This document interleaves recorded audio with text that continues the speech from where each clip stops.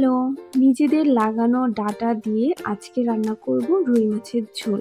তার আগে বলি, আমরা এখানে আসার পর থেকেই চেষ্টা করেছি সবসময় কিছু না কিছু শাকসবজি করার। কারণ হচ্ছে নিজের হাতে করে খাওয়ার আনন্দটাই অন্যরকম আর একদম ফ্রেশ খাবার-দাবার। তাই যতটুকু পারি বা যেটা ভালো লাগে করতে সেটাই করি। সব তো আর করা সম্ভব হয় না, কারণ এটা মেইনটেইন করা খুবই কষ্টসাধ্য ব্যাপার। আর দুজন মিলে যেহেতু থাকি তাই আমাদের খুব একটা শাকসবজির প্রয়োজনও হয় না, তাই যতটুকু প্রয়োজন আর যেটা বাড়তি থাকে সেটা অন্যকে দেওয়ার চেষ্টা করি।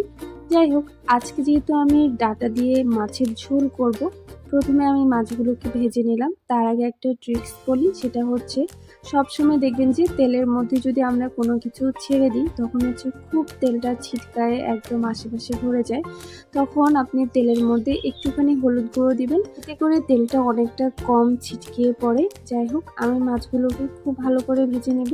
আর এই খাগড়াছড়িতে খাবার দাবারের কোনো সমস্যা না থাকলেও একটা দিকে সমস্যা হচ্ছে খাবারে, সেটা হচ্ছে মাছ পাওয়া যায় না। আমাদের বাড়িতে বা হচ্ছে এলাকাতে যেরকম অনেক আইটেমের নদীর মাছ পাওয়া যায়, কিন্তু এখানে এরকম একদমই না। এখানে পুকুরের মাছ আর হচ্ছে সমুদ্রের মাছ, কিন্তু আমরা সমুদ্রের মাছ খেয়ে অভ্যস্ত না, তাই সব ধরনের মাছ আমরা খেতে পারি না।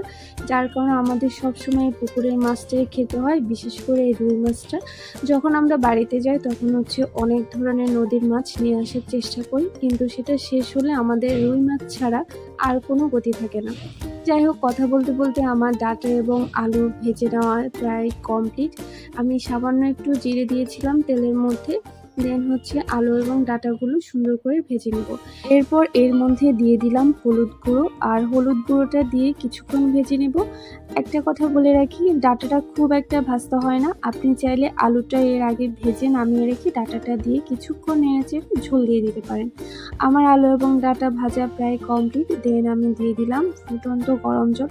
আমি সবসময় চেষ্টা করি তরকারি বা ভাতে গরম জল দেওয়ার, তাহলে সময়টাও বাঁচে এবং খুব তাড়াতাড়ি হয়ে যায়। দেন দিয়ে দিলাম মরিচ গুঁড়ো, শুকনো মরিচের গুঁড়া, এরপর দিলাম জিরে গুঁড়ো। একটা জিনিস স্কিপ হয়েছে ভিডিওতে, সেটা হচ্ছে এখানে আদা পেস্ট বা আদা গুঁড়ো ইউজ করতে হবে। আর দিয়ে দিলাম কাঁচামরিচ। এরপর আমি দিয়ে দিব ভেজে রাখা মাছগুলোকে, আর মাছগুলো দিয়ে মিনিট ৫-এর মতো রান্না করে নামিয়ে ফেলবো। একটা কথা সবাইকে বলে রাখি, চেষ্টা করবেন সবসময় বাসার খাবার খাওয়ার আর একদম ফ্রেশ খাবার খাওয়ার। বাসি খাবার বা রেস্টুরেন্টের খাবার খুব কম খাওয়ারই চেষ্টা করবেন, কারণ আমাদের যে পরিমাণ অসুস্থতা বা যে সমস্ত রোগের কারণ সব হচ্ছে খাবার দাবার থেকে। কোন জায়গা থেকে কোন রোগটার উৎপত্তি হয় সেটা আমরা নিজেরাও জানি না। তার মূল কারণ হচ্ছে ফরমালিনযুক্ত খাবার দাবার।